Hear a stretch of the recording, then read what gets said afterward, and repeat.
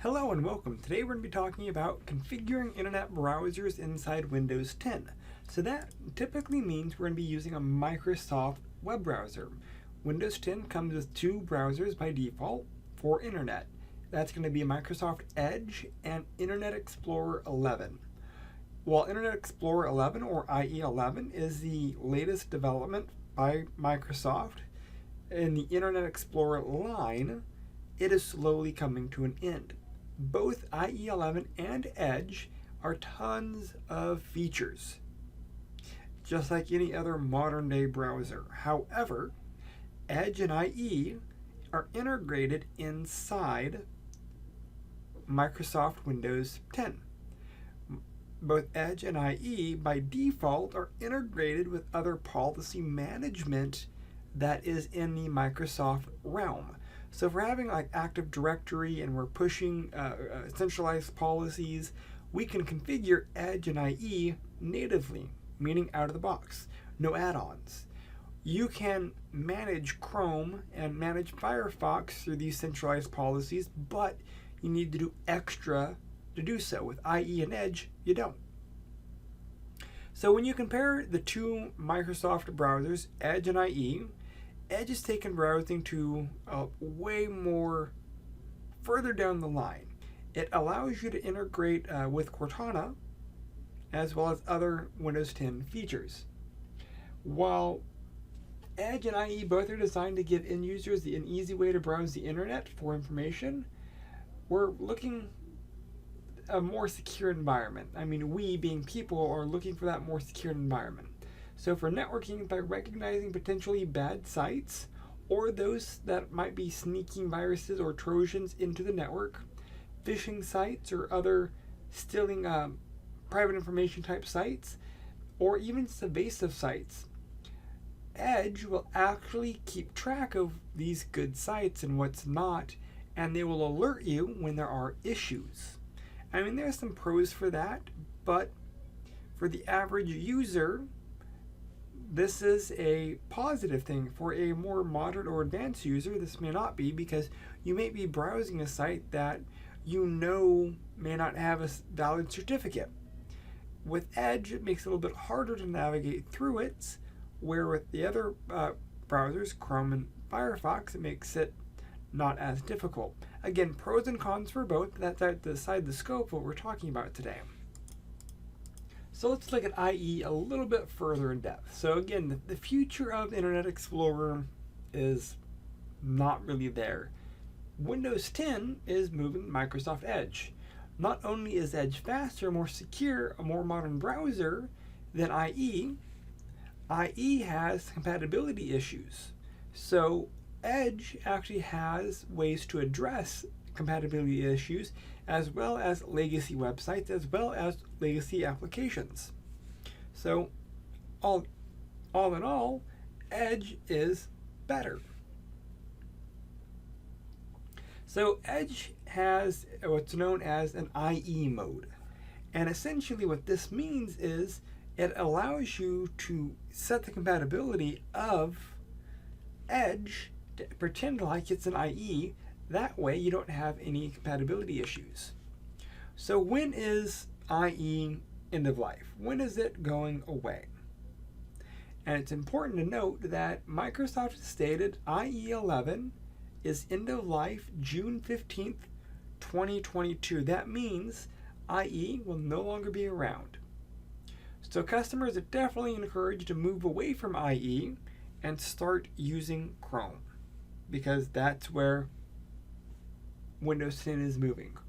IE mode will enable backwards compatibility and will be supported until 2029, if not further. So this is basic overview for IE and Edge. Alright, so I figured before we sign off, let's look at Edge. I'm not syncing any data, so no. So you have the traditional multi-tab options. You have the ability to do tab actions, so you can look at and collect certain things or favorite things. I mean, it's a traditional type web browser. you'll notice if you type IE, by default, it loads Edge.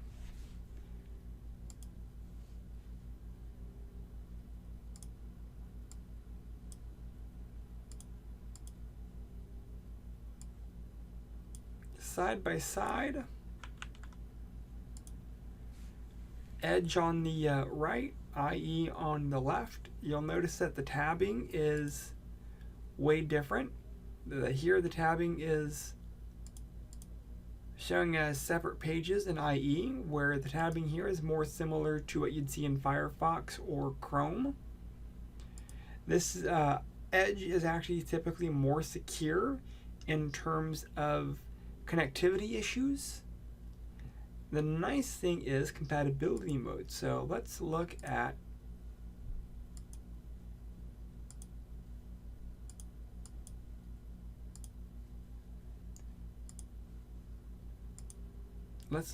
Edge. I'm going to go to settings. You have the ability to sync data if you want. I signed into a Microsoft account. Even though I removed it, it likes to permeate everything. So that's one thing that I hate with Microsoft, but it is what it is. So when you click on the settings, you have your traditional favorite and history and apps and extensions. You have your traditional close. Help and feedback are going to be things like the help, the reporting, the tips. More tools is going to be the developer tools, which we'll go and open those. So it's more of a collection of tools. You can see the elements. You can see same thing that you'd be able to see with Firefox's dev tools. Settings we've already looked at. More tools we've already looked at. The math. Oh, we've already looked at like the developer tools. This was one thing that I thought was interesting with Edge, was this browser task manager. You can see each portion, the core browser, you can see the different tabs, and you can see memory processing. So if you have a tab that's freezing, this makes it a little bit easier to drill down on them and in task on the specific tab that's having an issue. So let's look at apps. You can also do apps through here as well. Microsoft is definitely pushing apps a lot. We have our collection. If you wanted to add a collection of sites, makes it a little easier to manage certain things. I'm going to go ahead and hide it. So one thing that I thought was interesting is this mode up here. You can actually view it as Edge. But you notice we have not seen the compatibility mode. So that's one of the important things that we have to discuss. I'm going to open up Edge again. All right, I'm going to go to my settings.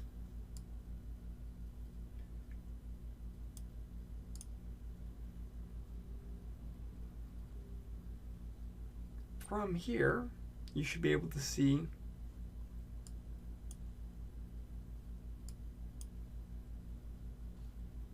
our settings on the left-hand side. Default browser. Allow sites to be reloaded in Internet Explorer mode. You have to make sure that's turned on. You do have to restart the browser. And you'll still notice that we have our Edge, but this actually allows us to do that. Now we can click on more tools. And you'll notice we get a little bit better options now. We get the reload in Internet Explorer mode. So let's go ahead and let's go to Google. We see the lock,